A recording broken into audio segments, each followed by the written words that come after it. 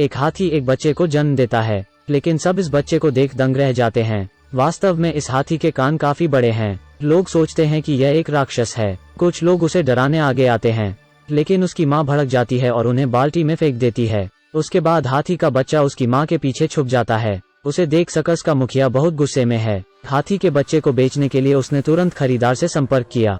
यह सुनकर हाथी का बच्चा सहम जाता है। हर किसी को यह बच्चा प्यारा लगता है, तो वो इस न बेचने के लिए कहते हैं। मालिक कर किसी की बात को टाल नहीं पाता है, इसलिए बच्चे को रखने के अलावा कोई चारा नहीं था। इसकी देखभाल एक बिना हाथ वाले आदमी को करनी है। फिर हाथी ने प्रदर्शन करना शुरू कर दिया, लेकिन इस अजीब हाथी के बच्चे से दर्शक डर सकते हैं, इसलिए उसके कानों को ढक दिया जाता है। अप्रत्याशित रूप से अभी भी एक दुर्घटना होती है और हाथी के बच्चे ने दर्शकों की टोपी खींच ली है। अप्रत्याशित रूप से उस टोपी के कारण डम्बो को छींक आ जाती है।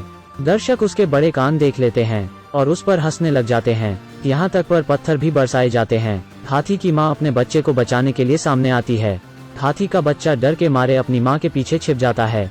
तब दुष्ट आदमी फिर प्रकट होता है और हाथी पर कोड़े चलाने लगता है। हाथी माँ अब और सह नहीं पाती है और एक खंबे को गिरा देती है। जगह का बहुत नुकसान होता है और सब गिर जाता है। आदमी की मौके पर ही मौत हो जाती है। नतीजतन हाथी को एक छोटे से अंधेरे कमरे में बंद कर दिया जाता है। उसके पैरों में जंजीरें भी हैं। हाथी का बच्चा रात को चुपके से माँ के पास आता है। वो देखना चाहता है कि उसकी माँ कैसी है। हाथी अपने बच्चे की आवाज सुन अपनी सूंड खिड़की से बाहर निकालती है और अपने बच्चे को सहलाती है। अगली सुबह डम्बो की माँ को दूसरे सर्कस ने बेच दिया जाता है। डम्बो बेबस होकर माँ का पीछा करता है, लेकिन वो कुछ भी नहीं कर सकता है और वो केवल अपनी माँ को जाते हुए देख सकता है। डम्बो अपनी माँ को जाते हुए देखता है और रोने लग जाता है। अगले कुछ दिन डम्बो बहुत उदास रहता है।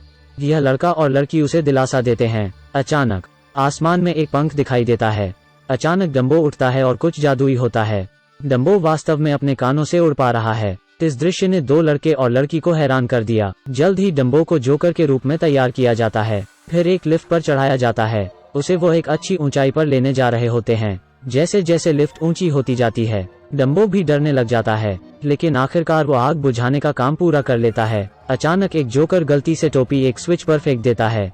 आग तुरंत भड़क उठती है। डम्बो ऊंचे मंच पर फंस जाता है। आग को नियंत्रित करने वाला स्विच अटक गया है। इस समय लड़की एक सीढ़ी से ऊपर चली जाती है। उसने एक पंख निकाला और डम्बो को दे दिया।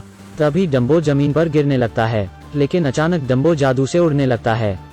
सभी इस जादुई हाथी को देख रहे हैं। अब डम्बो बहुत मशहूर हो चुका है। इस समय डम्बो को अचानक एक आवाज बाहर से आती है। उसे लगा था कि उसकी माँ वापस आ गई है, लेकिन दुर्भाग्य से ऐसा कुछ नहीं है और यह एक बड़े सर्कस का मालिक है।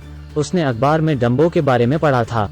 वो इसे अधिक कीमत पर खरीदना चाहता है। लाभ के प्रलोभन में सर्कस का मालिक डम्बो को बेचने के लिए तैयार है। बॉस लोकप्रियता के लिए हाथी के बच्चे को इस्तेमाल करना चाहता है, लेकिन यह डम्बो के लिए खतरनाक है। लेकिन फिर भी डम्बो की ट्रेनिंग शुरू की जाती है। शो में डम्बो को ऊंचाई पर खड़ा किया जाता है, लेकिन एक हादसा होता है और महिला ऊंचाई से गिर जाती है। रोनी जल्दी से एक रस्सी फेंक महिला को बचा लेता है, लेकिन डम्बो भी ऊपर से गिरने वाला है और वो अपने पैरों से खुद को संभालने की कोशिश कर रहा है, लेकिन वो कितनी भी कोशिश कर ले, सब बेकार है। अचानक डम्बो को कुछ सुनाई देता है।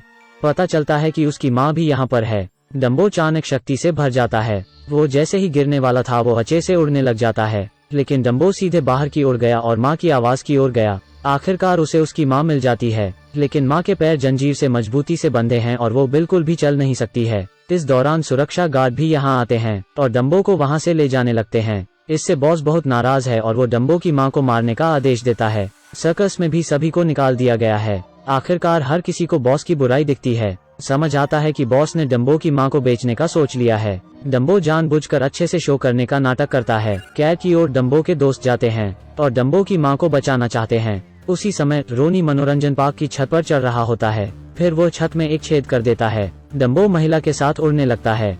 फिर वो मनोरंजन पार्क के कंट्रोल रूम में आ जाता है और एक स्विच को खींच लेता है। एक पल में मनोरंजन पार्क में अंधेरा हो जाता है। इस समय मनोरंजन पार्क का मालिक पूरी तरह से गुस्से में है। गुस्से में वो तोड़फोड़ करने लगता है। इसका परिणाम एक शॉर्ट सर्किट हो जाता है। मनोरंजन पार्क में इससे आग लग जाती है, लेकिन सब बच गए हैं। अगले दिन डम्बो सभी को अलविदा कह रहा होता है। वो अपनी माँ के साथ वापस जंगल में जाना चाहता है।